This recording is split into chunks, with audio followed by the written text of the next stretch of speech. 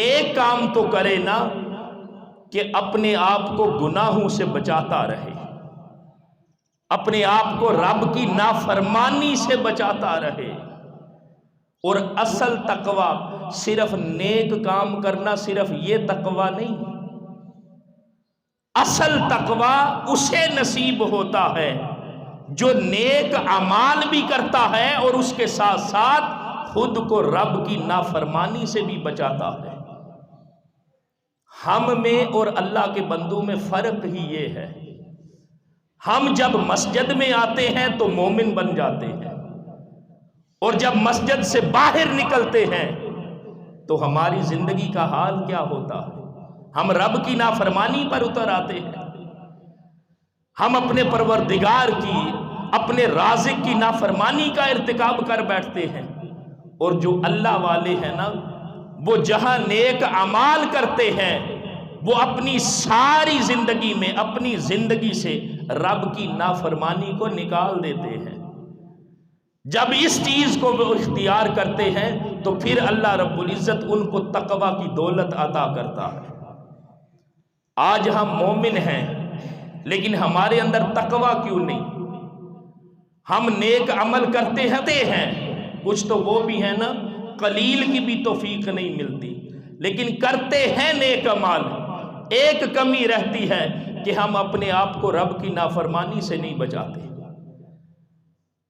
اور جب بندہ نیک اعمال کرتا ہے نا، نماز پڑھتا ہے، قرآن کی تلاوت کرتا ہے، تسبیحات پڑھتا ہے، آقا علیہ السلام پر درود و سلام پڑھتا ہے، ہر بندے کو اس کی برکات ملتی ہیں۔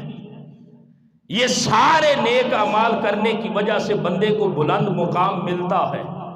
وہ جو بلند مقام پہ جاتا ہے نا، بس رب کی نافرمانی ہوتی ہے، اس مقام سے پھر نیچے گر جاتا ہے۔ لیکن اللہ کا ولی جب نیک اعمال کرتا ہے استقامت کے ساتھ اور رب کی نافرمانی سے خود کو بچاتا ہے ثابت قدمی کے ساتھ، تو ان کو صرف بلند مقام ملتا چلا جاتا ہے۔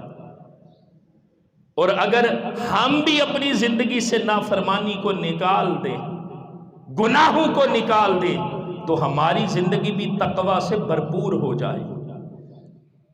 امام غزالی رحمت اللہ علیہ، آپ نے بڑی خوبصورت بات لکھی۔ آپ فرماتے ہیں کہ یہ جو گناہ ہے نا، اگر بندے کو اس کے نقصان کا پتہ چل جائے کہ جب میں رب کی نافرمانی کروں گا یا کسی گناہ کا ارتکاب کروں گا تو اس کا کتنا نقصان ہوگا، فرمایا اگر بندے کو اس نقصان کا علم ہو جائے تو اصل عالم وہ ہے، اصل علم وہ ہے بندہ نافرمانی کے گناہ کے جو نقصانات ہیں ان کی معرفت رکھتا ہو۔ جب بندے کو اس کے نقصان کی معرفت ہوگی تو بندہ خود کو گناہوں سے بچائے گا۔ اور اللہ والوں کی زندگی میں یہی چیز غالب رہتی ہے کہ وہ ایک طرف اللہ کے جو احکامات ہیں ان پر بھی عمل پیرا ہوتے ہیں، اپنی زندگی نیک کاموں میں گزارتے ہیں، لیکن ساتھ ساتھ وہ اپنی زندگی کو اللہ کی نافرمانی سے اور گناہوں سے بھی بچاتے ہیں۔ دیکھیں نا، نیک کام کرنا یہ بھی کمال ہے، نیک اعمال اللہ کی توفیق سے کرنا یہ بڑا کمال ہے، لیکن اس سے بھی بڑھ کر کمال یہ ہے کہ بندہ نیک اعمال بھی کرتا رہے اور خود کو رب کی نافرمانی سے بھی بچاتا رہے۔ جو اوامر ہیں جن کے کرنے کا خالق نے حکم دیا ہے وہ بھی کرے، لیکن جو نواہی ہیں جن سے بچنے کا حکم دیا ہے خود کو بھی ان سے بچاتا رہے۔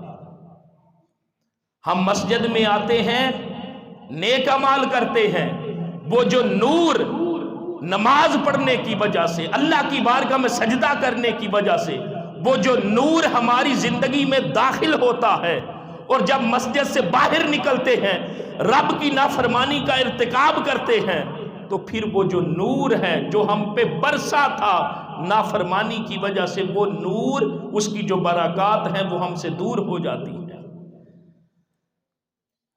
رب نے ایسے تو نہیں فرمایا کہ میرے بندے بے شک وہ بھی ہیں جنہوں نے کہا ہمارا رب اللہ ہے، اور پھر اس کے ساتھ وہ اس پر ثابت قدم رہتے ہیں، کہتے ہم بھی ہیں کہ وہ ہمارا رب ہے، وہ ہمارا خالق ہے، لیکن ہمارے اندر استقامت نہیں ہے۔